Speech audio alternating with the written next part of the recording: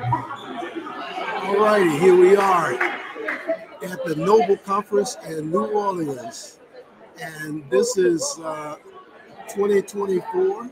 I don't know how many members are here at this particular conference, but it's pretty full. I think the registration was maxed out, and they had to open up some additional hotels.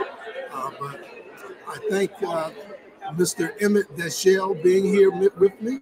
How you doing, sir? I'm fine, sir. Wonderful, wonderful, wonderful. I think the estimate was 2,200 people over here in attendance. Oh, wonderful. From Noble. It was sold out before we got here. Oh, wow. So there's no registration here at the site. Wonderful. And that's great news. Really great.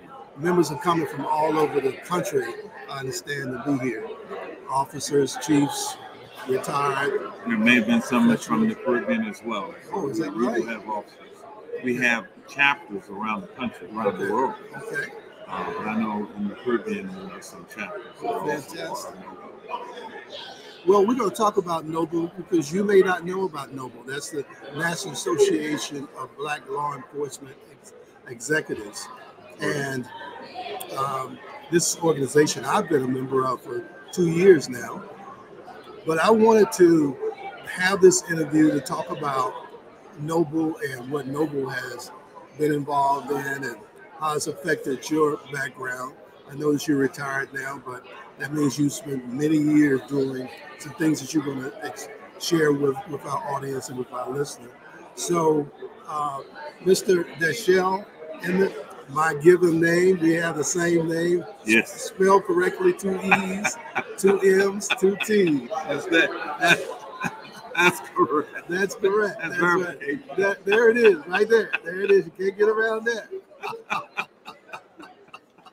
So, Emmett, yes. tell our listeners about Noble and how it's affected your life and your profession. Okay, and I'm assuming everybody knows that it stands for the National Organization of Black Law Enforcement Executives. All right.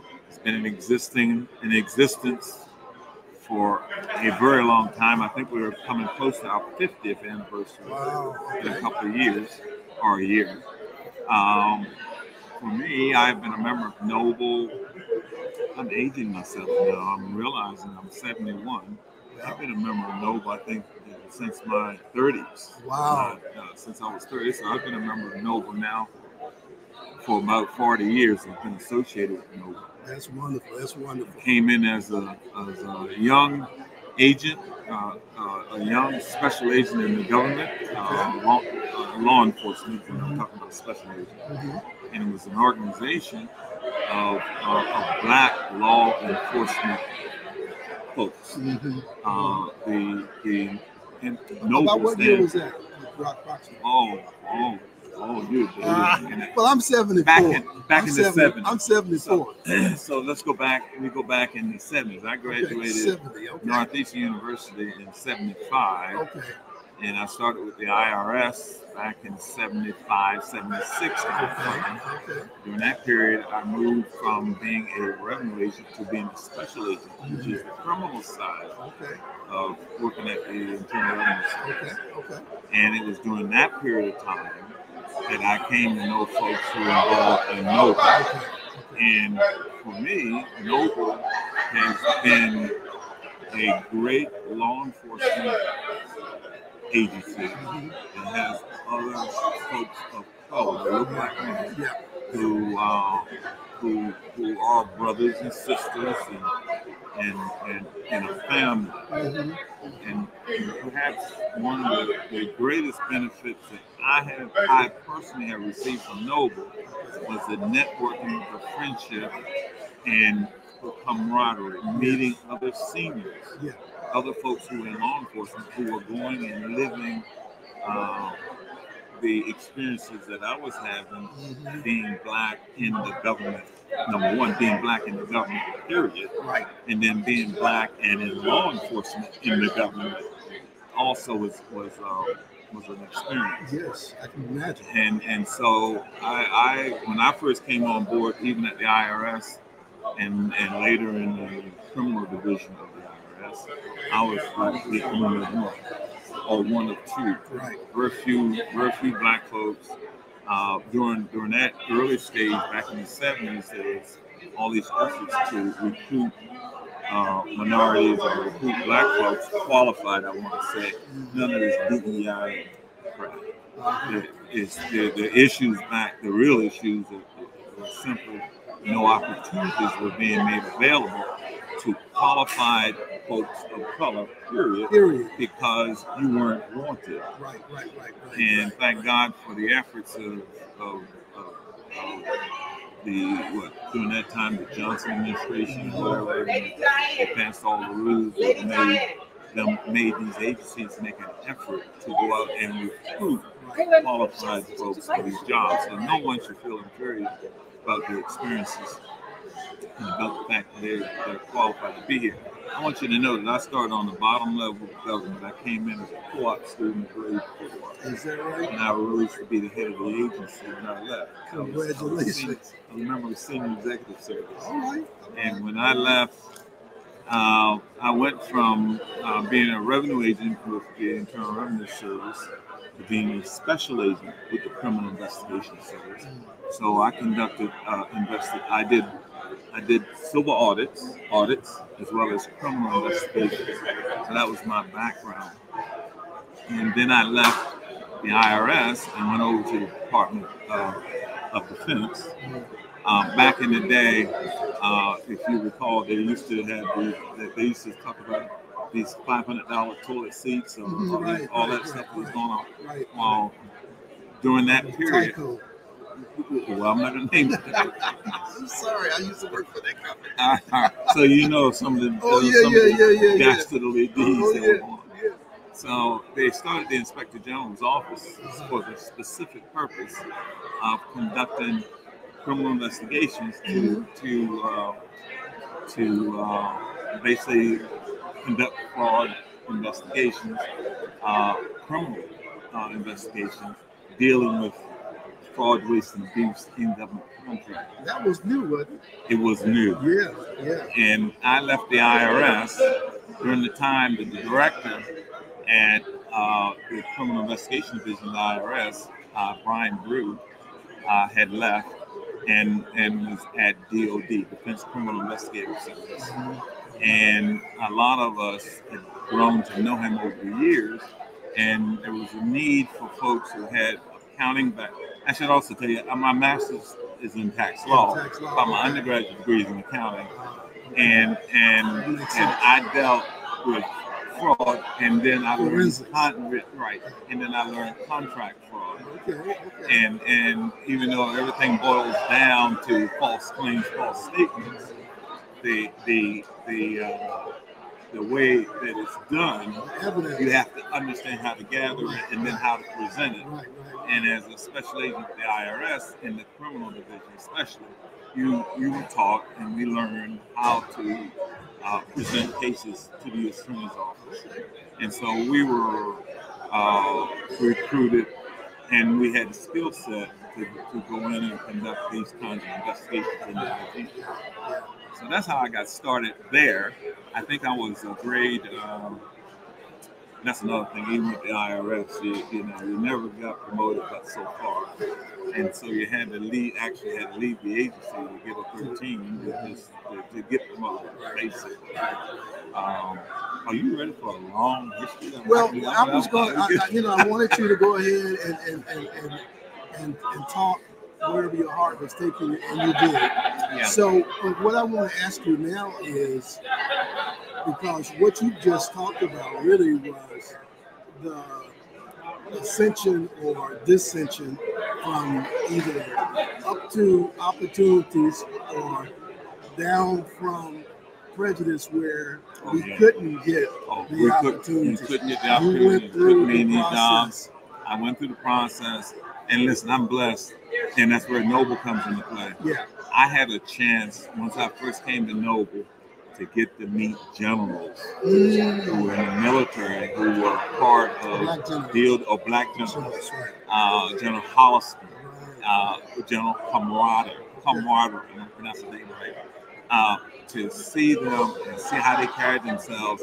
And then at these kind of conferences, you get a chance to sit down with somebody like you and I'm talking now, and you find out that some of the same things that we've gone through, that I'm going through, they've already gone through, and they can help me, and they discuss with me ways to really overcome. But the fact that you see that they've also been through similar things or may have experienced similar things, it's an inspiration and it's encouraging for me.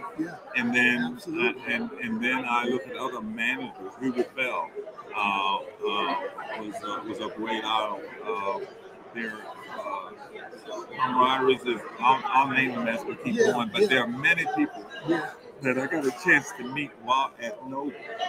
Well, let me ask you this, from the perspective of where we are now. Let's bring it all the way up. We're in 2024 now. 2024. And we're still here. And we're both in our 70s. Yes. What and how has things just gone so bad for our young black men in our community? I mean, we have crime is up. I'm from Atlanta. You're from? I live in Virginia. I'm a farmer from the Eastern Shore of Maryland. I should also tell you that. Okay. That's where I was born as a kid. Well, I'm from Edgewood. You don't know where that is, but I grew up on a dead-end street called Hooker Street. Okay. But you know, we're among law enforcement now in terms of this conference, but at the same time, each one of us have a story. From rags to riches, from poverty to wealth, opportunity to non-opportunity to opportunity. Where with all of our wisdom, what would you say? I mean, you just left church. I'm a man of God. I am. But where are our people going, especially our young people, our future? Because it just seems to be hard. We have the wrong role model.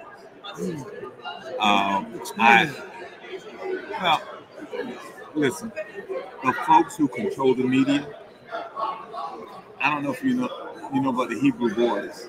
Way back in biblical, they brought the Hebrew boys into the king's castle to teach them the ways of right. You know what I'm talking about? To teach them their ways, and the plan was then to send them back out to the community to influence. Right. That was why that was done. That's exactly why. Daniel refused, and we know the story. Right. Today, we have those who control the media, and they're feeding that filth to our children. Disrespect for women, really disrespect for themselves. Pants halfway down the butt. They don't know what all that. They don't know the history, and they don't. And what happened is they've been bombarded with that kind of information. And it's difficult to get them directed, and that's the issue. That's what we have to work towards. What they're being exposed to, and the reason is, my suggestion for you is you gotta ignore all of these influences, these negative influences. You gotta stay in school despite. I was a big Husky guy in school.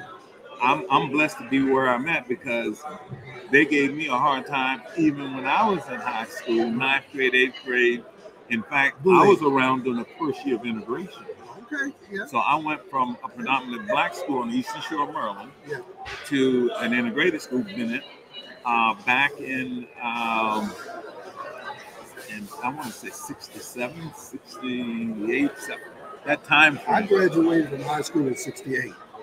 So my first year in school was 68. Okay, I would have came out in 70. I graduated because Northeast University was a 5-year college, and I graduated college in 75. So 70, 75. My blessing, different than most folks, is I was born and raised on the farm, and my mother and father, well, they separated, but I ended up finishing school in Boston.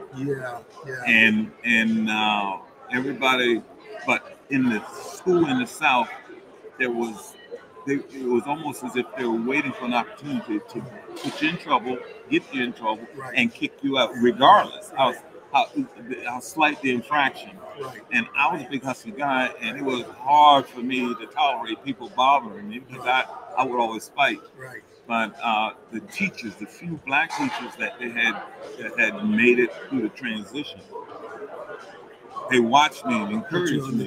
They took me. That's exactly. Yeah. That's exactly it.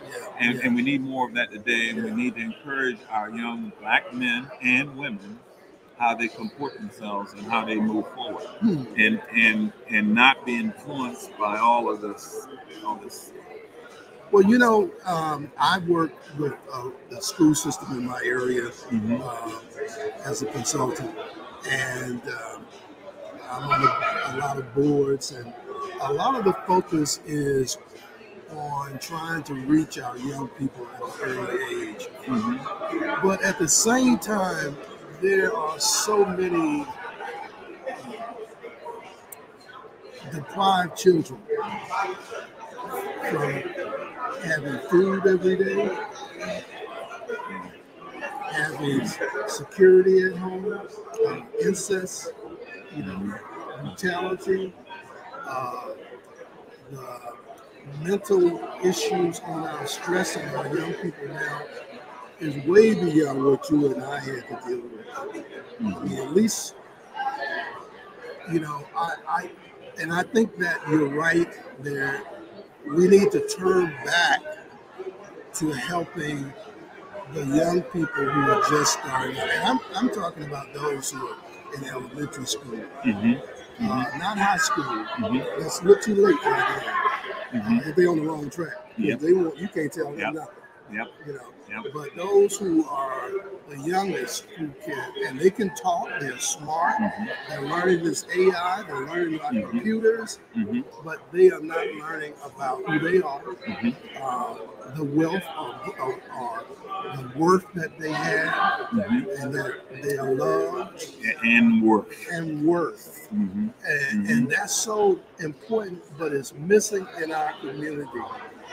Most of these young people I'm finding Emmett are lost because they don't, and they never had a connection with a strong black adult, male or female, and perhaps they come from broken homes. Listen, okay, now that's another thing that's most important. Personal thoughts. When a child is born in a broken family, or let's say a young girl, woman has a child and there's no husband or whatever, when that child comes out, they're usually given, the mother has this full responsibility. Right. I believe it should strap the child to the father's back. Make him 100% responsible from the day it is born, or as soon as it's weaned from his mother. But take the child from the mother, strap it to the father's back, and make him responsible to support that child. And let's see how life will change. You might find a young man who then will say, I know I need help. I have this responsibility on my back. Yeah. And by the way, I can't get away from it. That's right. Yeah. And lock him up. Yeah. Lock him and the baby up if necessary. Okay. But what'll happen is he will now know the responsibility. Right. And by the way, he may decide, I ain't going to go over here now that I'm free to make another baby over here and make another one over here. Right. Because they're on my back. Bring all three of them. If he has three mothers, put them on his back and make him responsible to support that child. Okay. If he fails to do that, do the same thing that you would do to that. By the way, make the mother pay child support. The same, do the reverse of what's going on, but put it on the back of the child. Yeah. The father, it's his responsibility to make a home. Yeah, that's right. To build a nest. That's right. Who's supposed to be raising our children? That's right. Who's supposed to raise children? Right. It's the father's responsibility. Father's responsibility to take care of everybody in the household. You bet you. Yeah. And you put and right now he doesn't have that responsibility because the law puts it on the mother and just makes him go pay some money. That's right. Put that baby on his back. And you find how many other babies he makes around the world too. I think that's a great suggestion. I tell brothers all the time when they complain to me, well, she makes more money than I do. She want me to pay for everything. I always stop and I say, you are responsible for taking care of your wife. Everything. And make her your wife instead of the baby's mama. That's how God said that she's going to help you in your needs because she will know your needs. But if God gave you a wife, that's your first gift from God. And you need to understand if you take care of your first gift from God, God is going to take care of you. And He's going to give you more because you took care of what He gave you. Snap that baby on his back. He will realize he has a responsibility to be a better person. He will then seek out a good wife. He will seek out and build a great nest. Because he has the responsibility. We're thinking, we're assuming that he's going to have a mind, a critical thinking mind. He has the same mind as she has. Well, yeah, it takes time. And I don't want that baby to go through. For both of them. Oh, don't worry, the mama will come in. The grandmama. The grandmama. It's going to be a family thing. But you're gonna find that they're going to hold him responsible. Oh, yeah. Well, and if he's strapped to it. I'm telling you. Yeah, if he's strapped to it, and he goes everywhere. The baby goes everywhere. Listen, I hope that y'all have enjoyed this conversation. As you can tell, it was impromptu. But we wanted to make sure that you got some wisdom from two guys who both named Emmett. That's got wisdom and have gone through some of the same things that you're going through, or going to go through, or gone through. But we want the best for you. And at this Noble Conference, there's just so many people here who have gone through life and being an officer, being responsible for taking care of the safety of others, having the responsibility of carrying a gun and being able to make the decision of life and death for another person. It requires a person who is very, very sensitive to other people and themselves. They have to go home to their own family every night while they're doing all this for us. And so I thank you all for watching and just being a part. If you want to send a comment, you're able to do that. If you want to see this later, you can still make a comment. I'll get it. And you want to say anything before we go in? Once you get me talking, you just going to talk. We got plenty of time. All right, go ahead. I'm one of the things I want to say about Noble, the organization, it has changed over the years. There was a time when, there were civil rights issues in different areas. Mm-hmm. We would hold our conferences in that area. And that memorial march that you saw today, we would usually march through the community so that our black children and our black families, or impoverished families, would see law enforcement officers, men and women, proudly walking through the streets so that they can look and say, maybe I can be like them. Right. So we were the example. Yeah, I'm a little disappointed today somewhat because we didn't walk through a neighborhood where children would have seen us, which is our normal, which had been our normal tradition. So I would have liked to have seen more of that. Right. And there are some things, some of the basics of what Noble stood for. Now we have a great youth program here. That is a great model. One of my children went for it as well, and you meet friends for life that take you on into college. I mean, it's great what Noble does, and for me, again, the networking, actually meeting other people like me who have similar issues. I served on the board of Noble. I served on the board as a financial secretary from the time when we had little to nothing to where we had a lot of successes. We seem to be doing okay now. But this can change in a minute. Yeah, the sponsorship is the most important, and staying with our values, our core values in terms of the message that we're transmitting to the world of who we are as Black men and women with a law enforcement background. One of the things I did as a manager is I moved up through the ranks in the government. And this may help even in our dealing with our children in school, is I would always make the managers, I would give the managers a good body, a qualified individual. And I would tell the manager, your success and his or her success are the same. Which means you buy into, you have a responsibility to develop this person and share in his or her successes as you move through. Okay. And it's just different management styles, but what you're doing, you're holding people accountable. The same thing would apply in the school system. I believe you can identify teachers, you can identify people who genuinely care about their job, and we need to have a system where we can reward and where a teacher or teachers can perhaps follow the successes of their students. And we value them based on that kind of contribution. So that teacher can pour themselves into children or into a neighborhood. The principals, especially the principals, can change the community, right, by being held accountable for the teachers that they have on their payroll or in their school, and how that's addressed and how that's rewarded is very critical.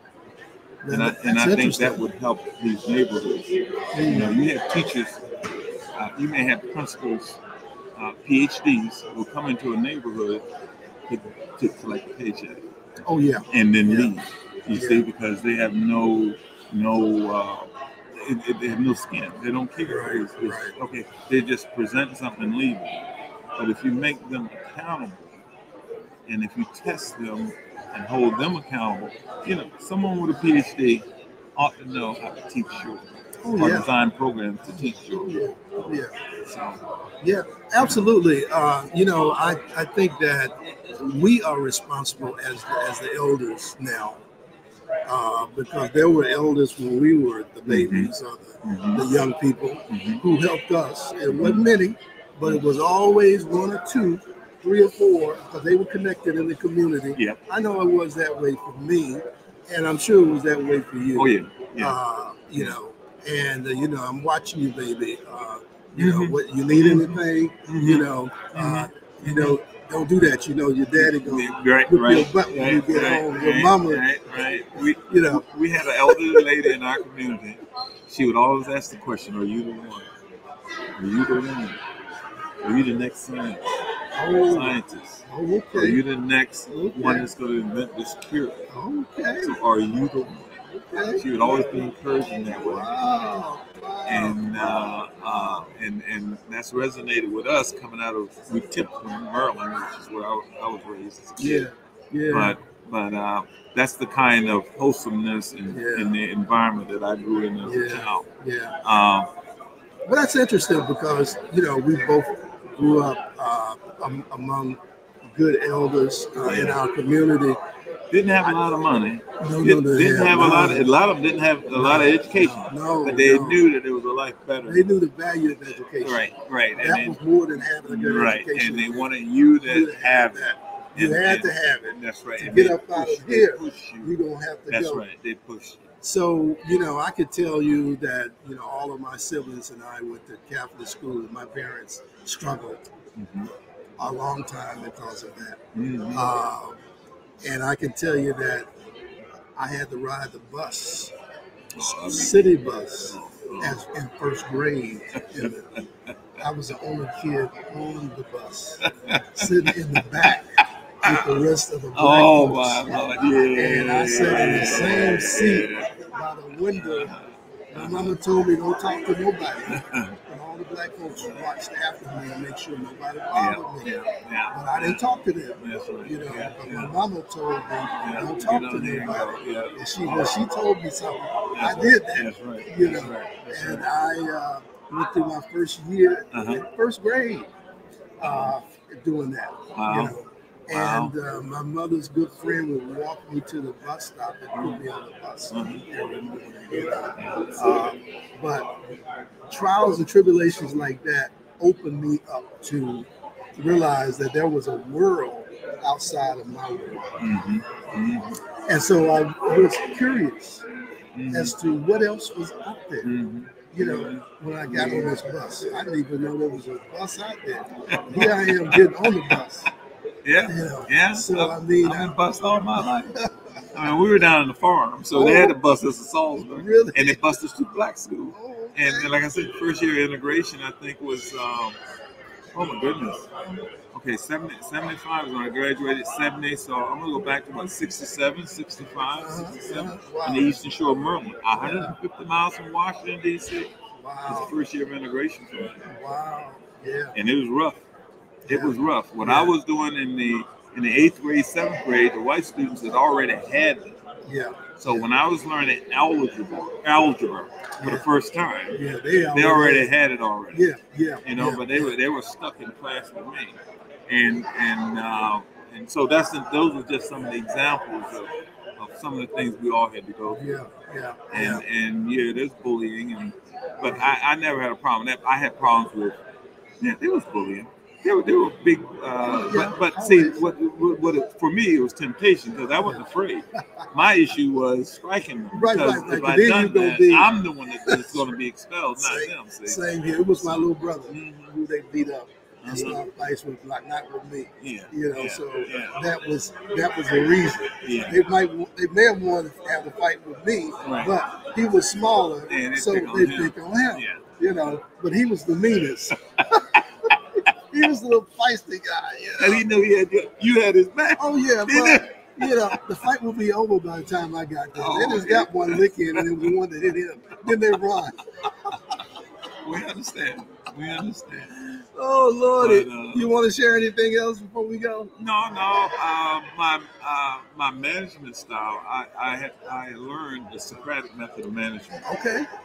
And I'll tell you what it boils down to. I had a lot of folks that worked for me, and I would deal with top level, the managers, the bosses, right? And I'd say to them, when I went out to do case reviews or whatever, explain to me your work. And in this profession especially, you just need to know how to think. Right. So I'm not teaching you in this profession how to do everything the way. There's no A, B, C, D in investigations. There's no real correct way. There are different ways that the same investigation can be conducted. But the question I always had was, just explain to me why you chose A over B or C. Right. And if your employee or your manager can explain that to you, whether I agreed with it being the right way or not. Right. I appreciate that. Right. That's a critical thinking person. That's right. If they can't explain that to you, then you know you got some issues. Or you know you got some more training to do. Right. Absolutely. So that was your way of supervising those who you were over, because you could gauge as to whether they were keeping them on task. Right. You hold right. I want to know how they thought. And if the first level employee wasn't thinking right, and I'm in the room with the immediate manager, and I'm asking the employee this question, and I'm asking how they're thinking. If there's an issue, see, my issue is not with the employee. Right. The issue is with the manager. That's right. And so after the employee is gone, the manager and I have a discussion on basically the training needed, or some skill sets that need to be developed in the manager. So that's got me through. I do not ever recall having to do something special for black folks or other folks, because they're always all I've ever done through life was make the playing field even. And I've learned through my career that if you make the field even, those who work the hardest are going to rise to the top. Anyway. Yeah, you know we're working harder anyway, especially if we have an opportunity to rise. Yes. And so the question is making the field even so that everybody has an equal opportunity. And I think that's the way I govern myself, and I respect people. That's the other part. You respect everybody. Amen. And it makes for a good life.